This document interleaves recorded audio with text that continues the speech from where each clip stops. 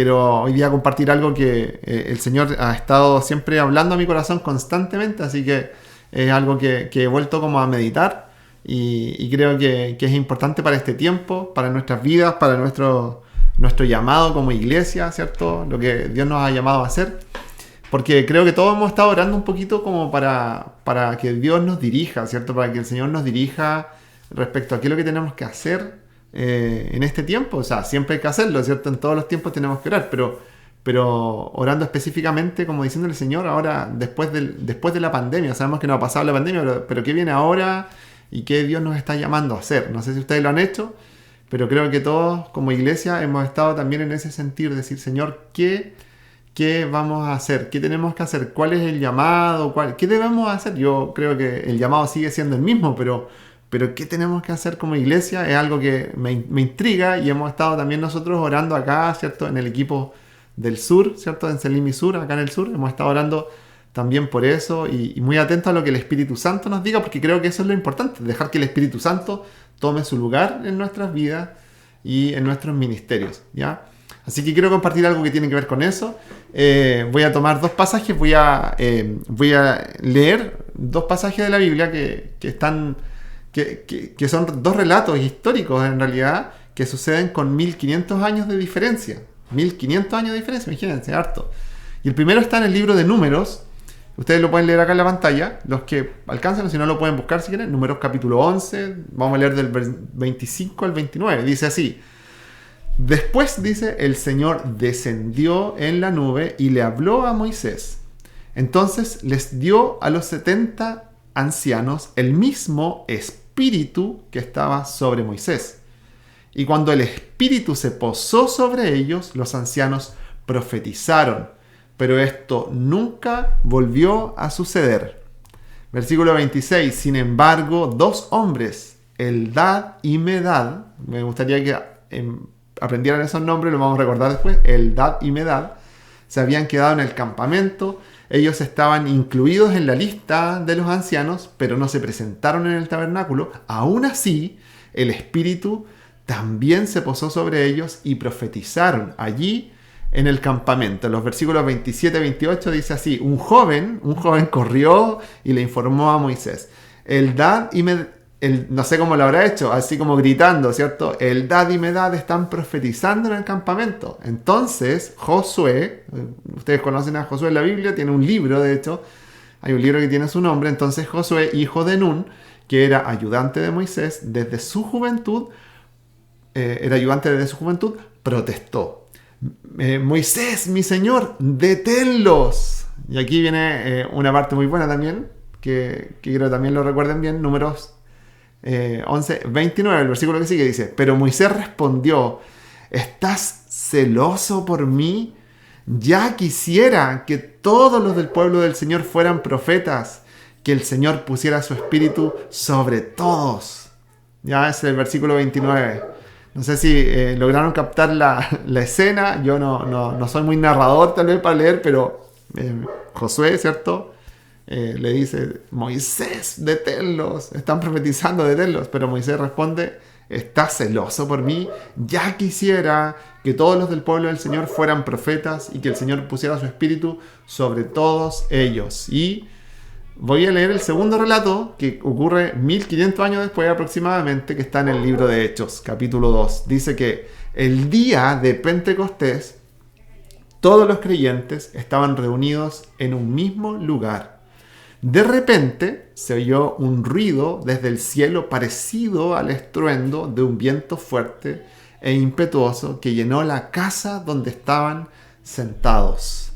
Y después en el versículo 4 dice: y todos los presentes fueron llenos del Espíritu Santo y comenzaron a hablar en otros idiomas conforme el Espíritu les daba esa capacidad. Y vamos a ver también, comentar que no solamente les dio esa capacidad, sino que les dio otras capacidades también. Y lo que vamos a ver hoy día, o lo que ya empezamos a ver, yo le puse este nombre para que ustedes, si quieren, lo memoricen, lo sepan. Se llama de los números a los hechos. ¿Bien? De los números a los hechos. El primer pasaje que leímos fue de los números y el segundo fue de los hechos. Y es lo que Dios va a hacer en nuestras vidas. Y me gustaría antes de continuar que ustedes hicieran conmigo un ejercicio, ya un pequeño ejercicio. Si pueden hacerlo, genial. Si no, no se preocupen. A veces pasa que uno pide cosas y se frustra porque la gente no las hace, pero yo no me complico con eso. Pero si ustedes pudieran cerrar sus ojos conmigo, ya, unos segunditos, y yo les voy a dar una descripción de algo, y ustedes, lo primero que piensen, ustedes me van a escribir en el chat, ¿cierto? Lo primero que piensen, la primera cosa que piensen. Les voy a dar una descripción, y lo primero que piensen, a ver qué tan rápido es Zoom para esta respuesta. Bien, tienen que tener los dedos en el teclado. Les voy a dar una descripción. Díganme, ¿qué se les viene a la mente con esto? Fruta naranja.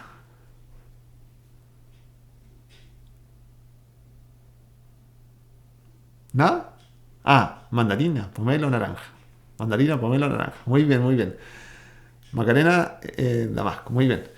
Ya, ahí yo creo que ya no es lo primero que se viene a la mente, porque ya pasó, ¿cierto? Hasta ahí estamos bien. Pero bueno, nos llama la atención, ¿cierto? Primero mandarina, naranja, pomelo, ¿sí? Bueno, yo creo que la mayoría coincide con un poco con la imagen que está acá, ¿cierto? Acá a este lado, ¿cierto? Una naranja. Yo les digo fruta naranja y lo primero de repente es naranja. Bueno, ahora Carol también habla de jugo, pero yo les decía, ¿cierto? Lo primero, instantáneamente lo que se viene a sus mentes. Hagámonos de nuevo, hagámonos de nuevo. Les voy a decir otra cosa y ustedes así, pero lo primero, no tienen que pensarlo, es lo primero que se viene a su mente. Pero ya no tienen que escribirlo porque no vamos a tener la posibilidad de escribirlo. Solamente les voy a pedir que sean sinceros después cuando yo les haga la pregunta. Quiero que ustedes, ¿qué se imaginan, qué imagen tienen cuando escuchan la palabra sacerdote? Bien, ya pasaron los 3 segundos, así que ya ahora lo están pensando. Sacerdote, ya. Ahora miren, ahora en el chat sí que pueden poner yo. Todos los que se imaginaron algo como esto. Todos los que se imaginaron algo como esto, que tuvieron sacerdote y vieron una cosa así en su mente. ¿Alguno? Ya, bien. Evelyn, muchas gracias. ¿Alguien más? Bien. Sigamos, por ver. Otra más, la última. A ver, cierren sus ojos de nuevo. A ver, lo primero que se imaginen, dígame, ¿qué se imaginan con la palabra iglesia? Ya, pasó el tiempo. Ahora, ¿cuántos se imaginaron algo como esto? Una linda construcción. Hay algunos que se imaginaron lo mismo, pero con una campanita arriba. Eso ya están... Esto ya es... No. Bien, muy bien. Unidad, sí, súper bien. Bueno, muy bien, súper bien. Yo creo que todos nosotros tenemos ideas preconcebidas acerca de las cosas. ¿Cierto? Tenemos ideas preconcebidas acerca de las cosas. Estas cosas pueden ser paradigmas, que son ideas súper fuertes que están puestas como en nuestro interior y que muchas veces no salen nunca, nuestra forma de ver las cosas. Yo creo que a todos nos ha pasado, no sé si les ha pasado. Yo me estaba acordando que una de mis ideas preconcebidas que a veces juegan en contra, ese es el punto. Por ejemplo, cuando yo empecé a experimentar, yo conocí al Señor en el año 2005 y empecé a servir al Señor en un ministerio de universitario, ¿cierto? Y siempre, ya en el año 2007, 2008, yo tenía ya claro que el Señor me estaba llamando a algo, no sabía exactamente qué, pero el Señor me estaba llamando a servirlo y estaba ahí el anhelo, pero había algo que me hacía como un cortocircuito, había algo que me generaba como una contradicción. Y esa contradicción estaba más que nada en una idea preconcebida. En la idea preconcebida que yo tenía acerca de lo que era ser una persona que sirve a Dios. ¿Entienden? Porque yo vivo en Los Ángeles, pero crecí en un pueblo más chiquitito todavía que se llama Angol, en la 9ª región, donde yo era, ¿cierto?, una familia católica normal, de estas que muchas veces ni siquiera van a misa, pero en ciertas ocasiones participan. Entonces a mí me llevaban a participar del mes de María, de alguna actividad de ese tipo. Veía, ¿cierto?, unos sacerdotes con cosas, ¿cierto?, con vestimenta y personas. Entonces, cuando yo conocí al Señor muchos años después, 15 años después, no sé, empecé a buscar al Señor, claro, yo entendí la idea de tener una relación con Dios. Pero cuando empecé a experimentar del Señor que Él me estaba llamando a servirlo, y yo creo que tú me sirvas. Y yo me imaginaba un siervo, una persona que servía a Dios, y para mí no me podía sacar la idea de mi mente de alguien, no sé, que vivía apartado del mundo, en un lugar, usaba ropa especial, ¿cierto? Aburrido, no sé, tenía ideas, ideas de lo que era servir a Dios, como algo aburrido, como algo añejo, como algo, no sé, y esas cosas me jugaron en contra, sobre todo en los primeros años donde yo experimenté este llamado a servir al Señor, y me jugaron en contra. No sé si a usted le ha pasado algo así, que tienen ideas que de repente uno las tiene y ni siquiera se las pregunta, son paradigmas, son cosas que no son reales, son ideas de uno. Yo de hecho podría decir hoy día, después de servir al Señor, incluso de trabajar con la Fran, con mi esposa, a tiempo completo en el ministerio, sirviendo al Señor, que es una aventura, es algo emocionante, muy diferente a mi imagen preconcebida que tenía antes, y ha sido algo emocionante, algo creciente, pero por mucho tiempo luché con esas estructuras mentales, y lo que quiero compartir hoy día con estos pasajes y lo que vamos a ver, creo que Dios nos quiere permitir vivir un verdadero cambio. Y un verdadero cambio ocurre en el corazón, pero también tiene que ocurrir en la mente, en nuestra manera de pensar. Y Dios nos desafía con eso, ¿ya?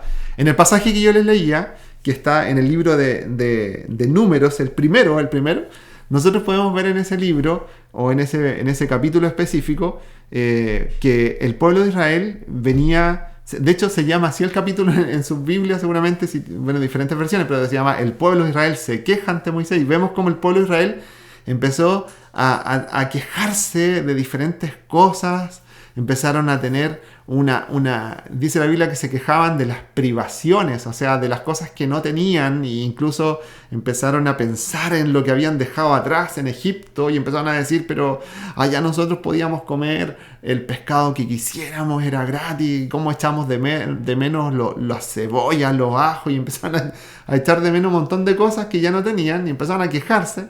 Y esa queja fue tan fuerte, y dice la Biblia que Moisés iba como caminando entre el campamento, y escuchaba a la gente quejarse con lloriqueos, dice la Biblia. Hay una versión que dice que lloriqueaban. No sé si han escuchado alguna vez a una persona lloriqueando por algo, y uno como que puede entender a veces el malestar, pero de repente eso como que molesta, ¿cierto?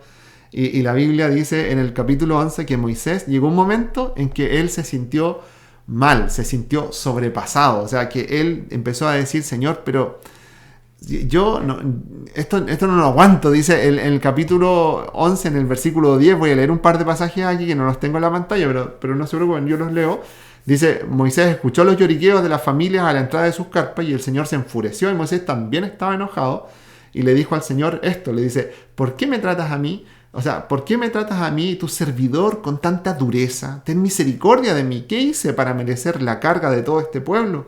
¿Acaso dice, yo los engendré? ¿Los traje yo al mundo? ¿Por qué me dijiste que los llevara en mis brazos como una madre a un bebé de pecho? ¿Cómo puedo llevarlos a la tierra que juraste dar a tus antepasados? ¿De dónde se supone que voy a conseguir carne? Porque ellos estaban pidiendo carne, recuerden eso. Para toda esta gente, no dejan de quejarse conmigo, dice Moisés, diciéndonos, danos carne para comer. Dice Moisés en el versículo 14, dice, solo yo no puedo soportar a todo este pueblo, la carga es demasiado pesada. Y aquí vemos un poco el temperamento melancólico de Moisés. Dice, si esta es la manera en que piensas tratarme, sería mejor que me mataras. Hazme ese favor, ahórrame esta miseria, le dice Moisés al Señor. Por favor, Señor, mátame. Si va a ser así el viaje a la tierra prometida, por favor, mátame, le dice. Pero a veces, bueno, el Señor tiene mejores ideas que nosotros, ¿cierto? Nosotros tenemos ideas, el Señor tiene ideas mucho mejores.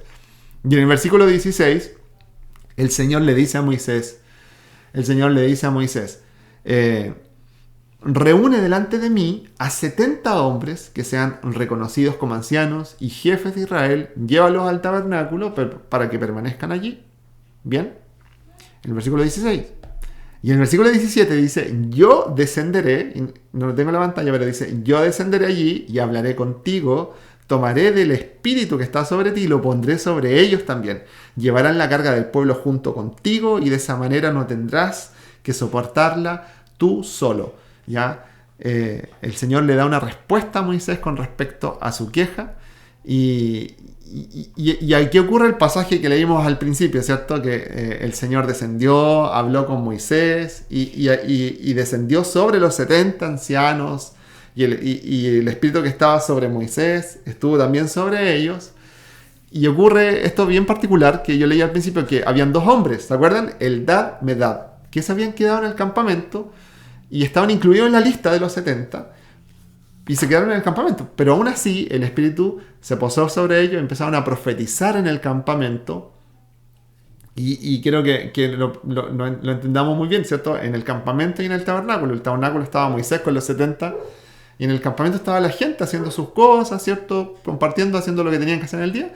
Y habían dos hombres que no dice por qué razón no quisieron ir a esa reunión.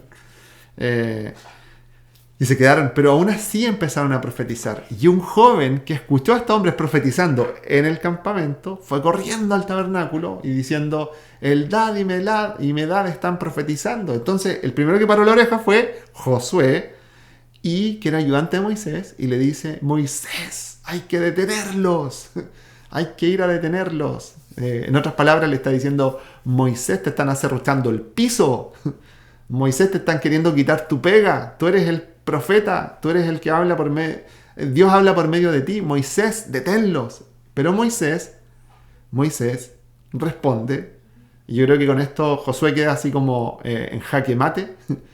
Le dice: ¿estás celoso por mí? Le dice: ya quisiera que todo el pueblo del Señor fuera profeta y que el Señor pusiera su espíritu sobre todos ellos.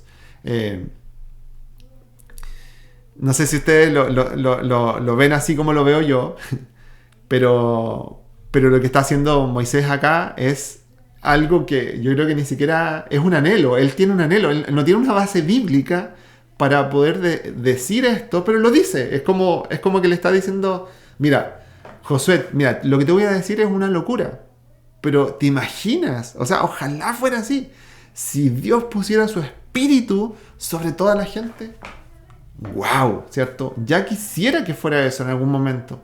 O sea, ¿cómo quisiera yo que Dios pusiera su espíritu sobre todas las personas? Y Moisés hace como esta especie de sueño o anhelo, se lo dice a Josué, y sin saberlo, Moisés está haciendo como la sinopsis o el spoiler de algo que no ocurre todavía, ¿cierto? Que ocurre mucho tiempo después. Lo vimos que pasaron 1500 años hasta cuando el Espíritu Santo es derramado, y de hecho entre medio Joel, que es un profeta del Antiguo Testamento, lo profetiza. Esta es la sinopsis, dice: después de hacer todas estas cosas, derramaré mi espíritu sobre toda la gente. Sus hijos y sus hijas profetizarán.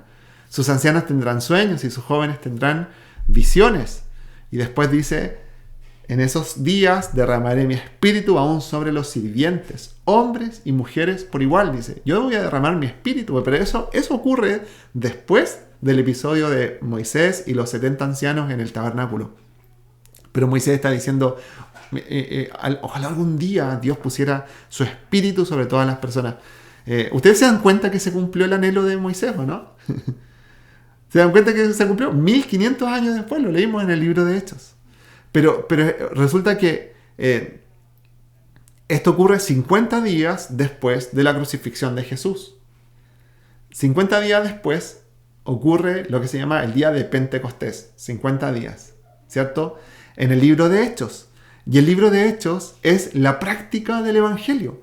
Es de alguna manera, de hecho, los 4 evangelios, si ustedes lo leen, al final, sobre todo, los 4 evangelios están conectados con Hechos capítulo 1. Los 4 evangelios terminan de una manera, por ejemplo, como resaltando la Gran Comisión, la Segunda Venida, no sé, diferentes énfasis le da a cada evangelio, pero el primer capítulo del libro de Hechos como que recapitula los 4 evangelios y ahí continúa una historia muy especial. ¿De qué se trata el libro de Hechos? Todo en el libro de Hechos es acerca de el Espíritu Santo y sobre las personas.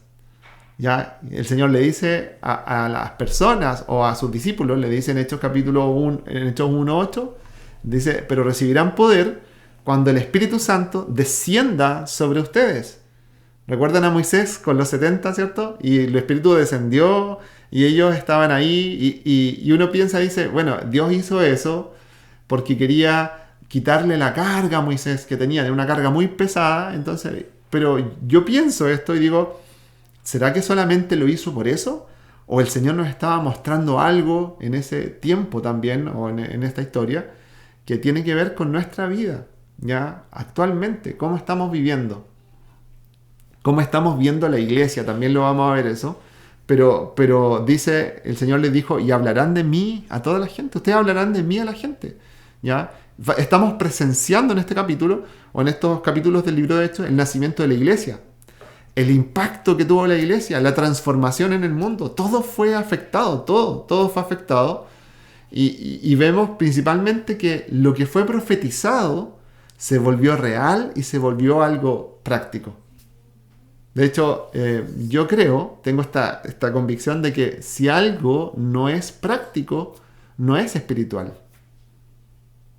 Si algo, por ejemplo, si no estuviera el libro de Hechos, muchas veces yo creo que la Biblia se tomaría como, para el cristianismo, como un libro como de teoría nomás, o muchas cartas de epístolas de Pablo que comienzan con doctrina, con enseñanza, terminan con recomendaciones prácticas para la vida del cristiano. Porque yo pienso que lo que es espiritual tiene que ser práctico. Entonces Dios nos quiere llevar de una mente que es muy, a lo mejor, teórica en cuanto a lo espiritual, a algo que es más práctico en nuestra vida. Porque si no es práctico, no es espiritual. Entonces nosotros vemos en el libro de Hechos que las mismas personas que huyeron cuando a Jesús lo arrestaron, ¿cierto? Huyeron. Ahora estas personas son valerosas, están apasionadas, sorprenden con habilidades que antes no tenían. Los que escuchaban los sermones ahora están predicando en las calles, están haciendo milagros. Los que antes se sentían incapaces de entender los misterios de Dios estaban abriendo sus casas para que otros creyentes pudieran reunirse en sus casas. ¿Se dan cuenta de lo que está pasando, no? Esto es el libro de Hechos. Ese tipo de personas. Moisés nunca imaginó lo que iba a pasar 1500 años después. Pero algo que pasó fue que lo que Moisés anheló, junto a su asistente Josué, y Josué quedó así como marcando ocupado, así, Moisés, ¿qué te tomaste? ¿Qué estás pensando? O sea, esto no es posible, el Espíritu Santo no funciona de esa manera, no sé. Pero Moisés estaba conectado con el Señor, y de alguna manera profetiza, con este anhelo, profetiza algo que va a suceder. Pero Moisés nunca imaginó lo que iba a suceder, porque lo que él estaba viendo en su tiempo, 1500 años antes, era algo muy diferente. Era otra forma. Era otra forma de congregarse, era otra forma de... Yo voy a decir la palabra iglesia, pero sabemos que no era el tiempo de la iglesia, pero era como la vieja forma, ¿ya? La vieja forma. ¿Y qué es lo que quiero decir con todo esto y con estas dos historias? Que nosotros vemos en estas dos historias, en estos dos relatos, nosotros vemos una representación como de dos formas, de dos ideas de iglesia, que yo veo que muchas veces están en nuestra mente. ¿Ya? ¿Se acuerdan que hablamos un poco al principio de los paradigmas, de las ideas preconcebidas? Yo creo que hay dos ideas que luchan de alguna manera, que son ideas de iglesia, y están representadas en el libro de un número, y la otra está representada en el libro de Hechos. Y yo creo que una tiene que ser quitada, y la otra tiene que quedar. ¿Por qué? Porque nosotros vemos en el libro de Números, por ejemplo, vemos a la congregación llevada por un Moisés, ¿cierto? Que es un buen líder, que les enseña, los pastorea, ¿cierto? Pero donde la gente, el pueblo, depende espiritualmente de él. Y donde en el mejor de los casos van a llegar los mismos que salieron con sus propios hijos, ¿cierto? Pero van a llegar los mismos que salieron de Egipto a la tierra prometida. Y todos los extranjeros en el camino son enemigos, ¿cierto? Son los que contaminan. Ni por si acaso invitarlos a la tierra prometida. Porque esa es la mentalidad, esa es la forma. En ese tiempo era lo que Dios dispuso. Pero nosotros estamos viviendo en otro tiempo. Pero ellos están siempre ahí, ¿cierto? Preocupados a lo mejor de los números, de que a lo mejor nadie se pierda. Y nosotros los que somos pastores de la iglesia, oramos por eso, oramos porque las personas perseveren, no se pierdan, ¿cierto? Y tenemos ese sentir, ¿cierto? Pero Dios tiene que guardar nuestro corazón de no tener como el esquema, iglesia, del libro de números. ¿Por qué? Porque esa es una forma que Dios ha cambiado. Pero nosotros y las personas que se congregan en la iglesia tenemos que cambiar conjuntamente nuestra forma de pensar. Porque por otro lado está la iglesia del libro de los Hechos, donde todos son llenos del Espíritu Santo, donde de alguna manera todos sirven a Dios. Y eso es algo que yo he ido aprendiendo, que hay personas que sirven a Dios de una manera diferente. Y no porque lo hagan diferente no sirven a Dios. Pero estamos llamados todos a servir a Dios. Y donde los hijos de Dios se multiplican, ¿ya? Pero está esta otra vieja forma, ¿cierto?, del libro de Números, yo les decía, donde es diferente. Hay como un celo muchas veces. Y cada uno de nosotros tiene un llamado a servir a Dios. Y todos por el mismo espíritu, dice la Biblia. Tenemos, ¿cierto?, estas dos iglesias que se contraponen de alguna manera. La iglesia de Números, la iglesia de Hechos. Por eso lo que vemos hoy día se llama de los números a los hechos.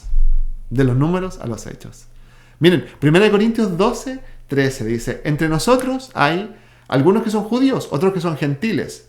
Algunos son esclavos, otros son libres. Pero todos fuimos bautizados en un solo cuerpo por un mismo espíritu y todos compartimos el mismo espíritu. No estoy diciendo que aquí cada uno hace lo que quiere y aquí es como que el que se para y profetiza y dice lo que quiere y de repente le dice: Alejandro, yo voy a compartir el tema hoy día, así que no, hay un orden. Pablo habla del orden, ¿cierto?, de la iglesia.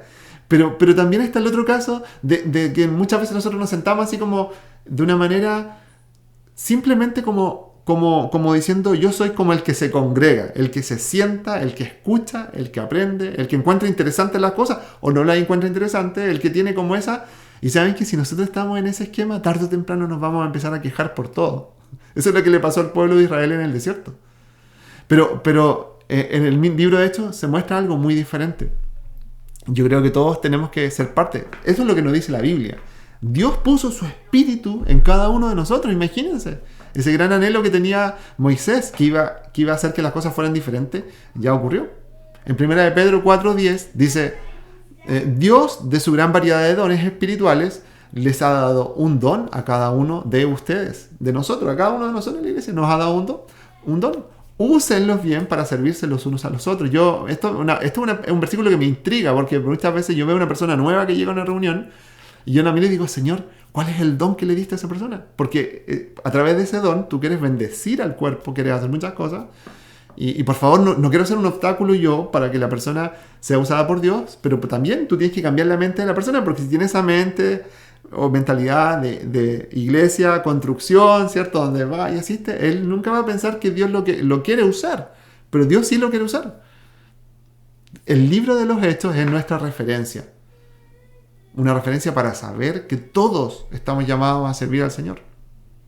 También lo dice en Efesios capítulo 4, yo voy a leer aquí un pasaje, dice que para que no seamos como niños fluctuantes llevados por donde quiera, dice, de todo viento de doctrina, por estratagema de hombres que para engañar emplean con astucia las artimañas, dice, del error, sino que siguiendo la verdad en amor crezcamos.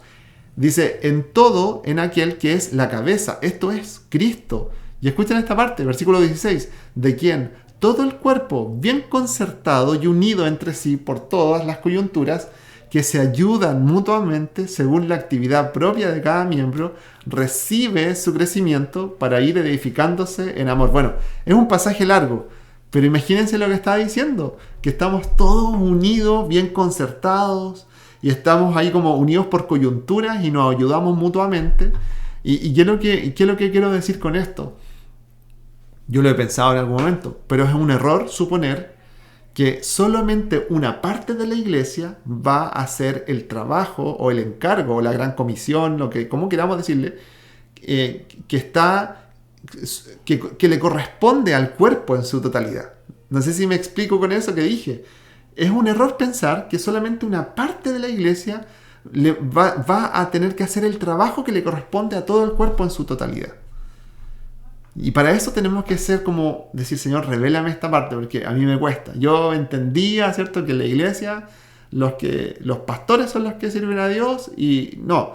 Pero la iglesia nos muestra, o sea, la Biblia nos muestra otro modelo, que es un cuerpo. ¿Ya? Es un cuerpo. Es un cuerpo.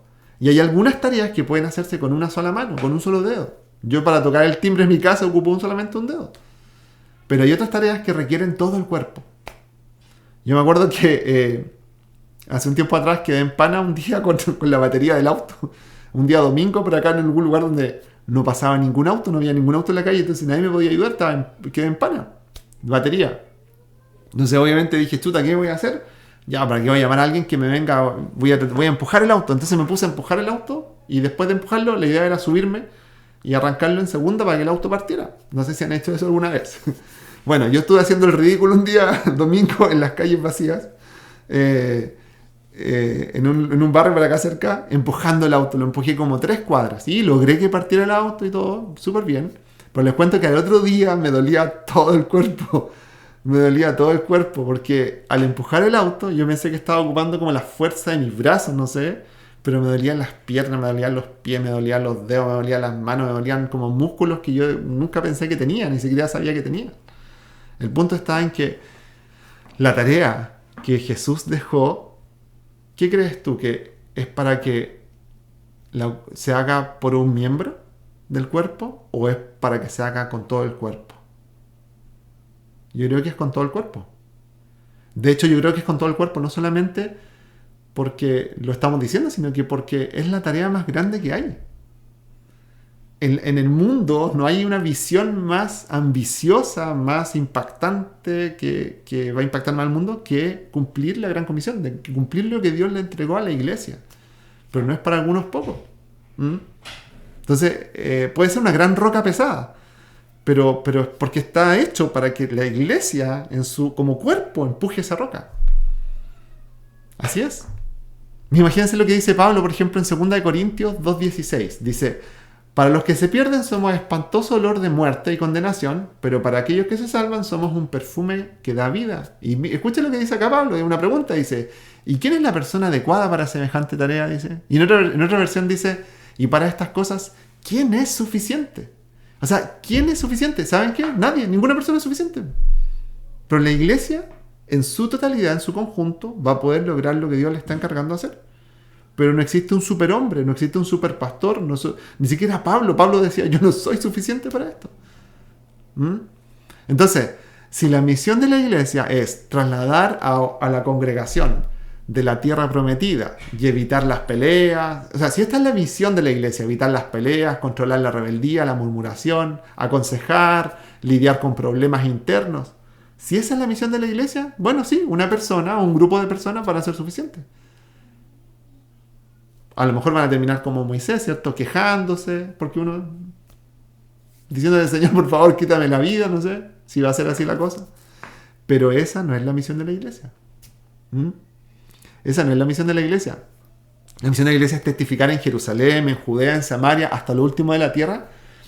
Es impactarlo todo, es cambiar todo. ¿Ya? Y como les decía, no hay una visión más ambiciosa en el mundo, no hay ninguna empresa, ni Coca-Cola, ninguna empresa que se haya propuesto una visión más ambiciosa que la que el Evangelio nos muestra para la iglesia.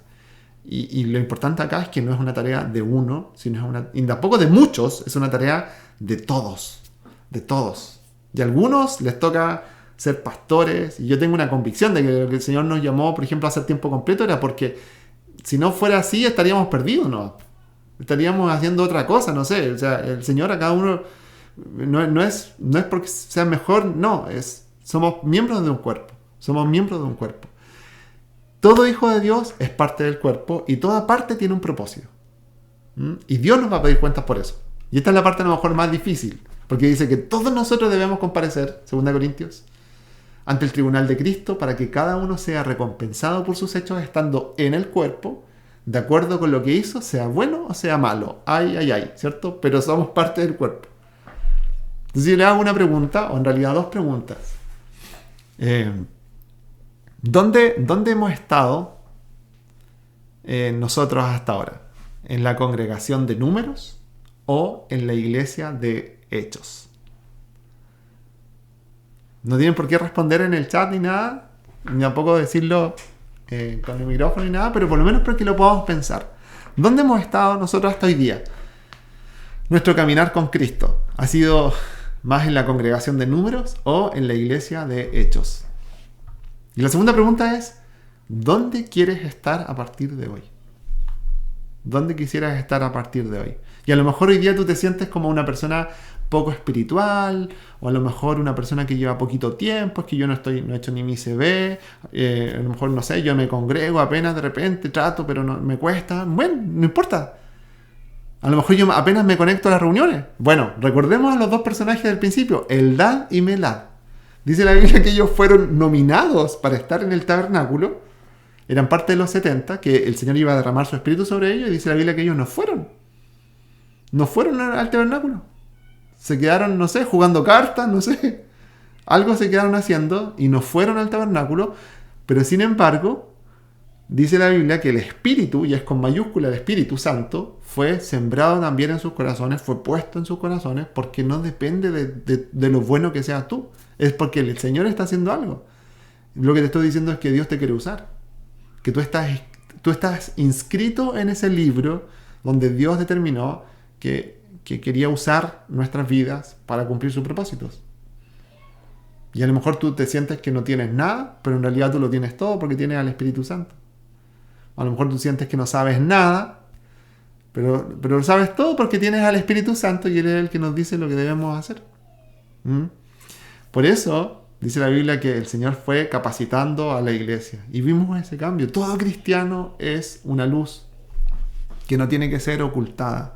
Esto a mí muchas veces me hace como en realidad decir, oh Señor, hay algo malo de repente en nosotros, en general, ¿cierto? Como iglesia, todos, en todas partes en realidad, pero muchas veces darme cuenta que como cristianos nos auto-ocultamos. Hay dones, hay capacidades, hay cosas que obviamente tienen que ser pulidas y todo tiene que tener un orden, pero no tenemos que tener esa actitud de ocultarnos y tampoco tenemos que tener esa actitud como de Josué, ¿cierto? Moisés, que se callen, que no profeticen, que no hablen, que no... No, el Señor quiere usarnos. El Señor quiere usarnos. También está Hechos, capítulo 2, en el versículo 38 y 39, dice que y Pedro les dijo, arrepentíos y sed bautizados cada uno de vosotros en el nombre de Jesucristo para perdón de vuestros pecados y recibiréis el don del Espíritu Santo, porque la promesa es para vosotros y para vuestros hijos y para todos los que están lejos, para tantos como el Señor nuestro Dios llame. Hay una promesa. ¿Y cuál es la promesa? La promesa dejó el capítulo 2, que Él derrama su Espíritu sobre nuestras vidas. Lo que Dios hizo en el libro de Hechos, que muchos teólogos lo discuten, ¿cierto? Ese tiempo no se va a volver a repetir, ¿cierto? Y hay personas que, no, eso ocurrió ahí, pero no va a ocurrir. El Señor lo quiere hacer. Llenarnos de su Espíritu Santo y usarnos. Y salir de nuestras ideas preconcebidas, de nuestros paradigmas que muchas veces entierran nuestros dones, porque tenemos ideas equivocadas. Y yo les decía al principio, y gracias a Dios que yo me atreví, Señor, tengo un llamado, ya voy a ir en pos de ese llamado, y cruzando ese límite me di cuenta que todo era diferente a como yo lo había pensado. Pero a lo mejor tú también tienes esa idea de decir, bueno, la iglesia es para ir a hacer esto y lo otro, y escuchar, y aquí, bueno, pero Dios te quiere usar, a todos, Dios nos quiere usar, cosas pequeñas, cosas como nosotros consideramos pequeñas, pero son grandes, Dios nos quiere usar. Esta promesa es para ti, para mí, para nuestros hijos, y dice para todos o tantos como el Señor nuestro Dios esté llamando o llame. ¿Bien? Entonces, bueno, a mí me llama la atención mucho que este libro de Hechos, porque hemos pasado ya el libro de Hechos, ¿cierto?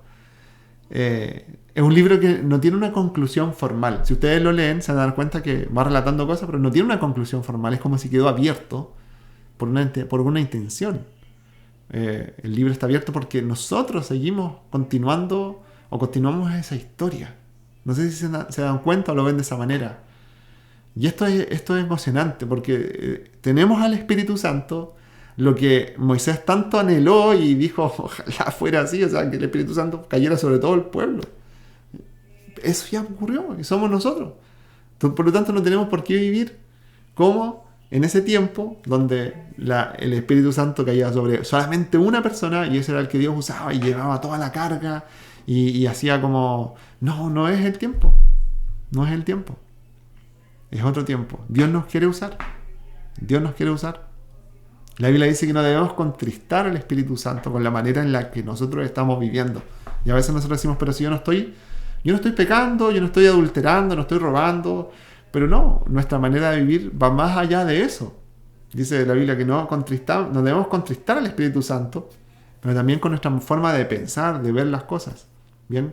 Entonces, ¿cuánto más podría hacer el Señor hoy día si lo que hizo en ese tiempo del libro de Hechos lo hizo con, 12, después 120 y 5.000 personas que, se repartieron por ese lugar, por ese tiempo, pero hoy día somos millones de cristianos en el mundo y ya vemos aquí conectados, 39 conexiones, yo creo que somos más personas, ¿cierto? Pero 39 conexiones, ¿cuánta gente? Dios, ¿cuánto quiere hacer? ¿Cuánto puede hacer con nuestras vidas? Si logramos pasar de los números a los hechos. Si logramos pasar de los números a los hechos. ¿Están de acuerdo conmigo, no? Yo creo que es importante que le pidamos al Señor ahora entonces, al Espíritu Santo, que nos permita vivir ese cambio profundo en nuestra manera de pensar y en nuestra manera de vivir. ¿Bien? ¿Oremos? Espíritu Santo, tú eres el que levanta en nuestras vidas, Señor, una idea liberada, Señor, una idea nueva, Señor, un nuevo espíritu, una nueva manera de pensar. Rompes ataduras, rompes esquemas mentales. Dice tu palabra que esas fortalezas mentales, tú también las derribas. Las armas de nuestra milicia, dice, no son carnales, sino poderosas en Dios para destrucción de fortalezas. Hay fortalezas que caen, Señor, ideas equivocadas de lo que significa ser un siervo de Dios, ser usado por Dios, que es lo que es la iglesia, Señor. Hoy día tú nos cambias la manera de pensar, somos cuerpos, cada persona hoy día conectada, aún la persona más nueva, es miembro del cuerpo de Cristo, Señor, es miembro del cuerpo de Cristo. Y tú con cada persona, Señor, con cada persona vas a cumplir un propósito, Señor. Estas cosas no se pueden hacer entre 1 o 2 o 10 personas. El propósito que tú tienes con nosotros como iglesia, Dios, lo vas a cumplir con cada uno de nosotros. Por eso hoy día oramos, Padre, para que tú traigas ese avivamiento, esa nueva forma, Dios, de ver y de pensar y de recibir tu mensaje en nuestro corazón, en el nombre poderoso de Jesús. Tu Espíritu Santo es derramado, Señor, sobre este ministerio.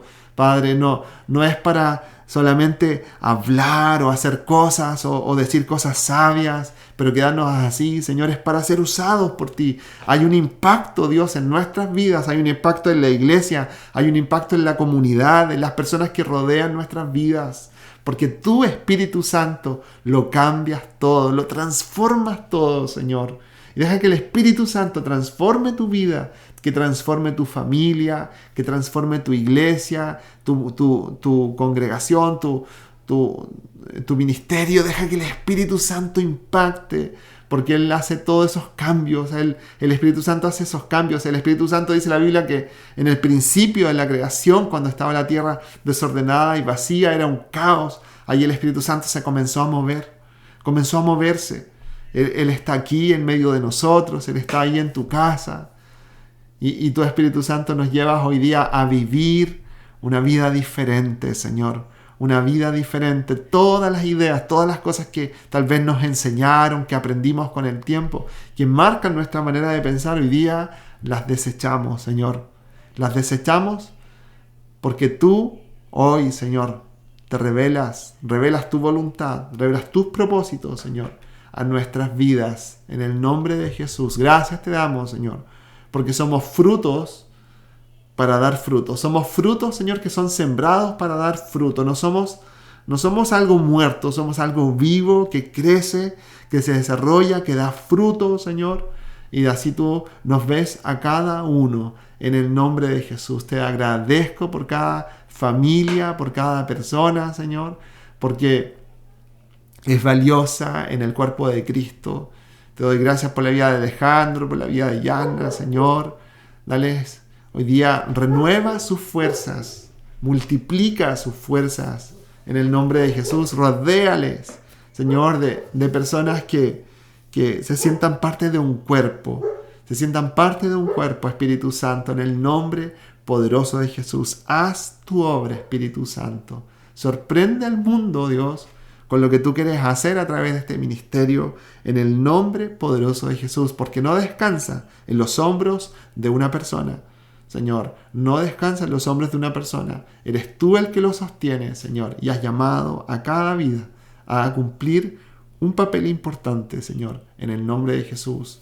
Quedamos en tu presencia y damos a ti la gloria y la honra, en el nombre de Jesús. Amén. Amén.